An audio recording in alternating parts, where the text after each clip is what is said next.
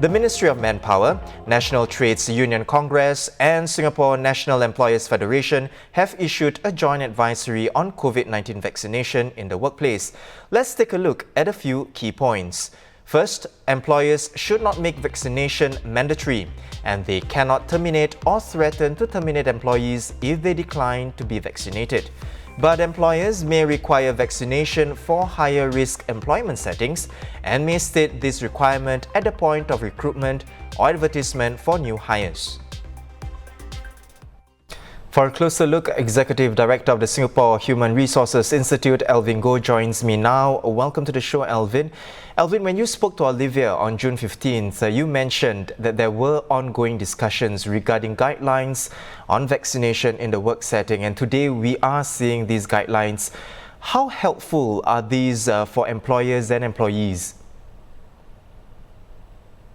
Right, thanks for having me. I think this new set of guidelines are really determined on the risk-based metrics. And together, the tripartite partners have now provided a stronger guidance through the identification of certain jobs, its unique working environment, as well as the frequency of unnecessary interaction or exposure, and classifying these jobs as what they call high-risk employment activities or jobs. And the other key guidance from the tripartite partners is that companies today now, should they wish to do so, can require COVID-19 vaccination as a company policy for this high-risk employment positions.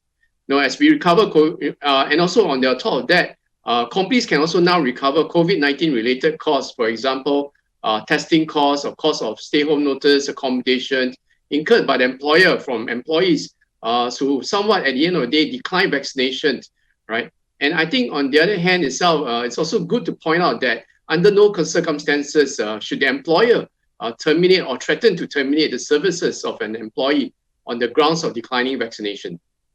And can these guidelines be enforced, Alvin? And remind us again, what can employees do in the event they feel they're being put in an unfavorable position due to their vaccination status?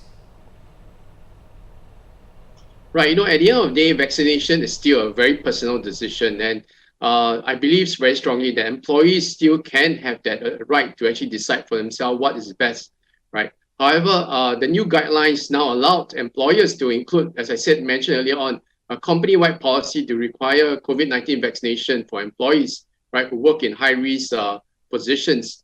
On top of that, employees themselves could actually also look into,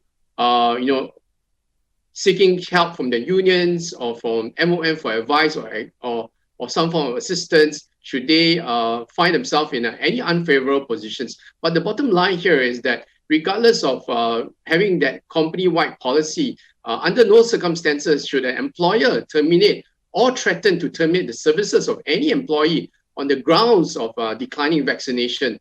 I think that's the message is very, very clear, all right, that employees should not be penalized because they still have a right to whether they want to take up the vaccination itself or not.